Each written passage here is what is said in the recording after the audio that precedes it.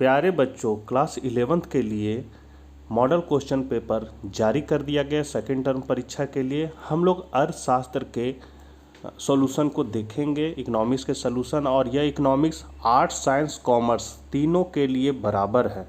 आपका science commerce का question अलग आता है और आर्ट्स का अलग आता है, लेकिन पढ़ना तीनों संकाय को एक ही चीज़ है, इसीलिए यह मॉडल सेट तीनों में काम करेगा।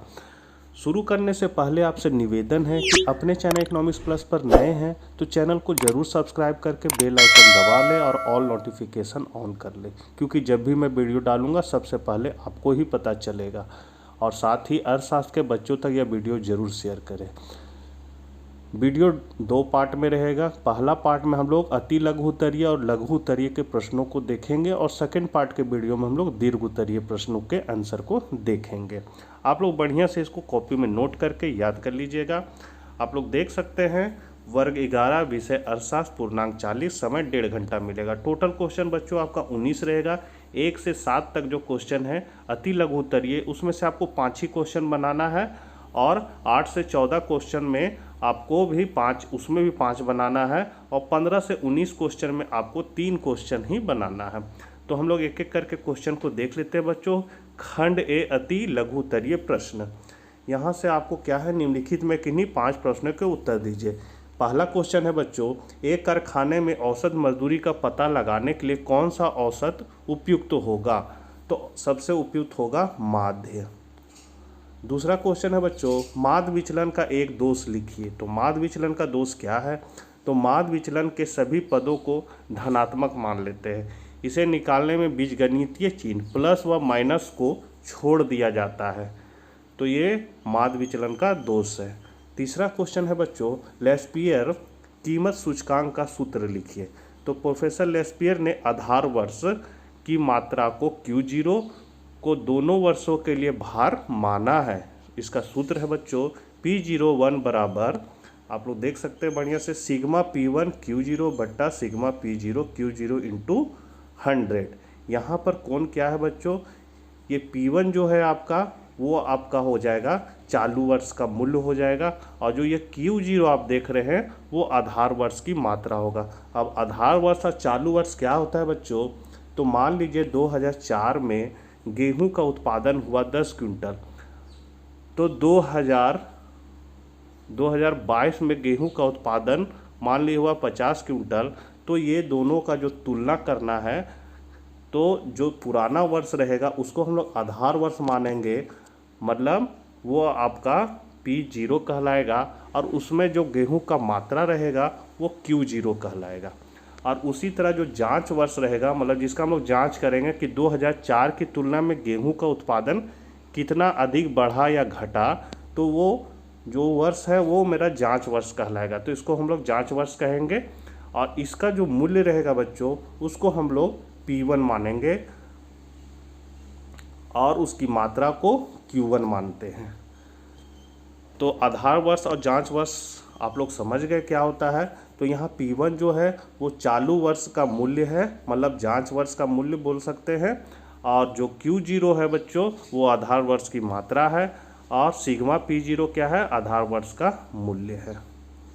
अगला क्वेश्चन है बच्चों, चिरकालीन निर्धन किसे कहा जाता है?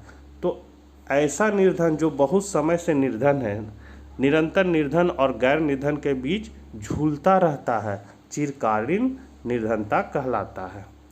अगला क्वेश्चन है, मानव पूंजी क्या है? तो देश के व्यक्तियों में निहित कौशल एवं उत्पादकीय ज्ञान के स्टॉक को मानव पूंजी कहते हैं।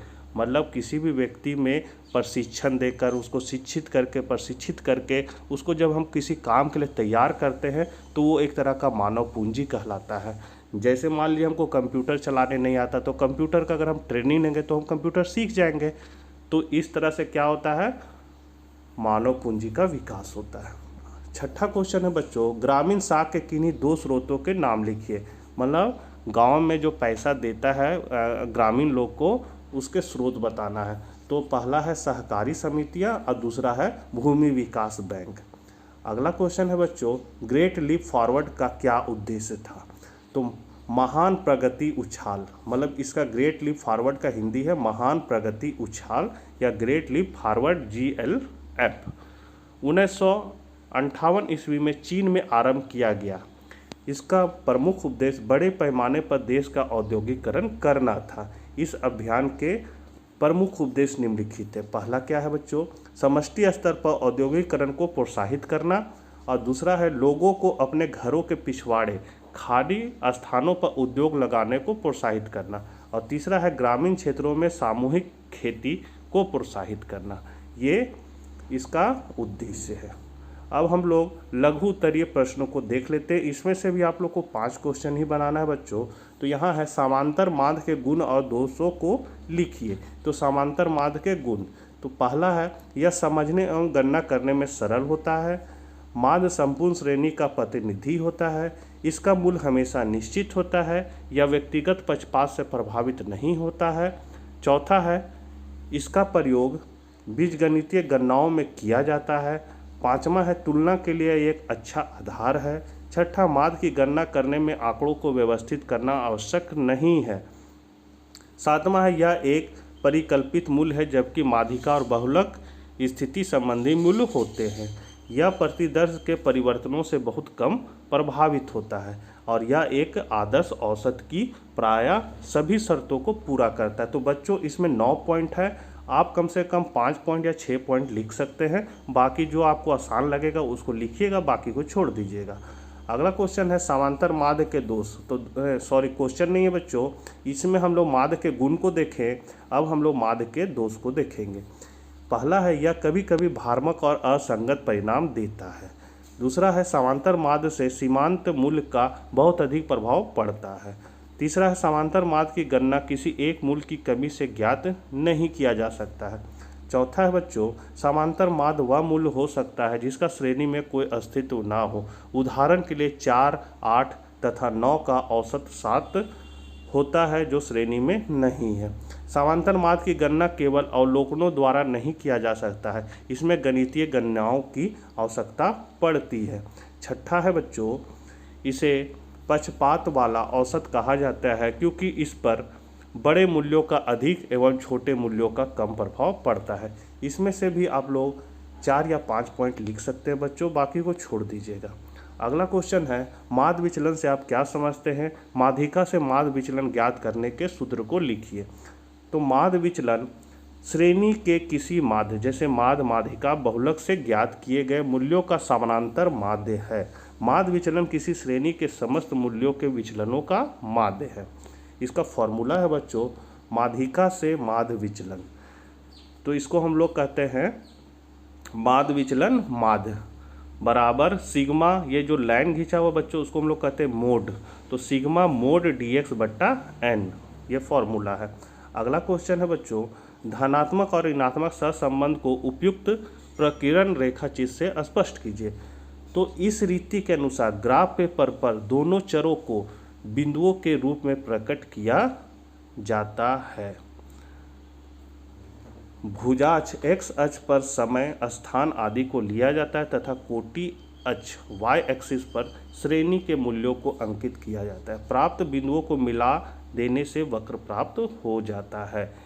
यदि सभी बिंदु बाईं ओर के निचले कोने से दाहिनी ओर ऊपर वाले कोने तक एक सरल व सीधी रेखा के रूप में आ जाते हैं तो धनात्मक सहसंबंध होगा। यहाँ आप लोग देख सकते हैं बच्चों, यहाँ से ऊपर की ओर इस कोना में मिल रहा है, तो नीचे से ऊपर अगर मिलेगा तो इसको हम लोग परफेक्ट पॉजिटिव कोरिलेशन बोलेंगे, मतलब r बराबर +1 होगा। इधर y एक्सिस है बच्चों, इधर x एक्सिस है। अब है यदि सभी बिंदु बाईं ओर के ऊपर वाले कोने से दाहिनी ओर नीचे वाले कोने तक एक सरल व सीधी रेखा के रूप में आ जाते हैं तो ऋणात्मक सहसंबंध होगा। जैसा कि आप चित्र में देख सकते हैं, यहाँ से बाएं से दाएं नीचे की ओर यहाँ कोना में मिल रहा है, तो इसको हम लोग ऋणात्मक सहसंबंध परफेक्ट नेगेटिव कोरिलेशन या r बराबर -1 कहेंगे बच्चों। अगला क्वेश्चन अगला है यदि दोनों रेखाएं एक ही अनुपात में बढ़ती है तो उच्च स्तरीय धनात्मक सहसंबंध होगा। यहाँ आप लोग देख सकते हैं एक ही साथ दोनों रेखा अगर बढ़ रहा है, जैसे ये भी समान ये भी समान, तो इसको हम लोग high degree of positive correlation कहेंगे। और यदि दोनों रेखाएं समान गति से विपरीत दिशा में उच्चावचन करती है तो यह उच्च स्तरीय ऋणात्मक सहसंबंध होगा। मतलब बाएं से दाएं नीचे की ओर समान मात्रा में अगर आ रही है तो इसको हम लोग high degree of negative correlation कहेंगे। ये ऊपर वाला धनात्मक है और ये जो है ये धनात्मक सहसंबंध हो जाएगा और ये ऋणात्मक सहसंबंध होगा। यदि रेखाओं में इस प्रकार की किसी प्रवृत्ति का आभास नहीं मिलता है तो दोनों श्रेणियों में कोई संबंध नहीं होगा। अगर मान लीजिए इस तरह है और ये जहाँ तहाँ अगर बिंदु हो जा रहा है तो इसमें क्या हो जाएगा, कोई सहसंबंध नहीं होगा, मतलब सहसंबंध का अभाव कहलाएगा। अगला क्वेश्चन है बच्चों, आधार अवधि के किन्हीं 3 वांछित गुणों को लिखिए। तो 2 अवधियों में से जिस अवधि के साथ तुलना की जाती है उसे आधार अवधि के रूप में जाना जाता है। मतलब जिसको हम लोग आधार वर्ष कहते हैं बच्चों, अभी हम जस्ट समझाए थे P1 बट्टा P0। तो P0 जो होता है बच्चों वो आधार वर्ष का मूल्य कहलाता है और P1 जो है वो जांच वर्ष का मूल्य कहलाता है। जो गेहूं वाला उदाहरण आप लोग को समझाए थे 2004 और 2022, तो 2004 से अगर 2022 की तुलना करते हैं तो 2004 जो है वो आपका आधार अवधि या आधार वर्ष कहलाएगा और 2022 आपका जांच वर्ष का मूल्य कहलाएगा। तो उसे आधार अवधि के रूप में जाना जाता है। आधार अवधि में सूचकांक का मान 100 होता है। एक आधार वर्ष की वांछित गुण इस प्रकार है। पहला क्या होना चाहिए इसका गुण बच्चों, आधार वर्ष बहुत छोटा या बहुत लंबा नहीं होना चाहिए। गणना के उद्देश्य से यह या तो 1 महीने से कम या 1 वर्ष से अधिक नहीं होना चाहिए। मतलब बहुत पुराना हम लोग आधार वर्ष को नहीं लेंगे तुलना करने के लिए। मतलब अगर 2022 चल रहा है तो 2020 को ले सकते हैं, 2021 को ले सकते हैं, 2019 को भी ले सकते हैं, लेकिन उससे नीचे नहीं जाना है। अगला है आधार वर्ष बहुत निकट या बहुत दूर का नहीं होना चाहिए। तो सांख्यिकी विद चालू वर्ष की स्थितियों की तुलना आधार वर्ष की स्थितियों से करते हैं। चालू वर्ष हो गया बच्चों, जैसे 2022 का तुलना 2004 से करेंगे तो 2022 है वो आपका चालू वर्ष कहलाएगा। इसलिए यदि आधार वर्ष चालू वर्ष से बहुत दूर है तो तुलना अर्थहीन हो जाती है। इसी तरह यदि आधार वर्ष चालू वर्ष के बहुत निकट है तो तुलना स्वाद वरीयताओं, फैशन आदि में परिवर्तन को पकड़ने में विफल रहती है। इस प्रकार एक सार्थक तुलना करने के लिए आधार वर्ष या तो बहुत दूर नहीं होना चाहिए या चालू वर्ष के बहुत करीब नहीं होना चाहिए। तीसरा बच्चों पॉइंट है, आधार वर्ष का चयन इस प्रकार किया जाना चाहिए कि उसके लिए डेटा उपलब्ध हो। उस विशेष वर्ष को आधार वर्ष मानने के लिए 1 वर्ष का डेटा उपलब्ध होना चाहिए। यह निष्कर्ष निकालने और तुलना करने में सक्षम बनाता है। चौथा पॉइंट है बच्चों, आधार अवधि को लगातार अद्यतन किया जाना चाहिए। स्वाद, वरीयताओं और फैशन में बदलाव के कारण आधार वर्ष को लगातार अद्यतन किया जाना चाहिए। तुलना भ्रामक या अनिर्णायक हो जाती है। अगर अद्यतन नहीं करेंगे, डाटा को हम चेंज नहीं करते रहेंगे तो ये मेरा निर्णय भ्रामक हो जाएगा। अगला क्वेश्चन है बच्चों, काम के बदले अनाज कार्यक्रम के अर्थ को स्पष्ट कीजिए।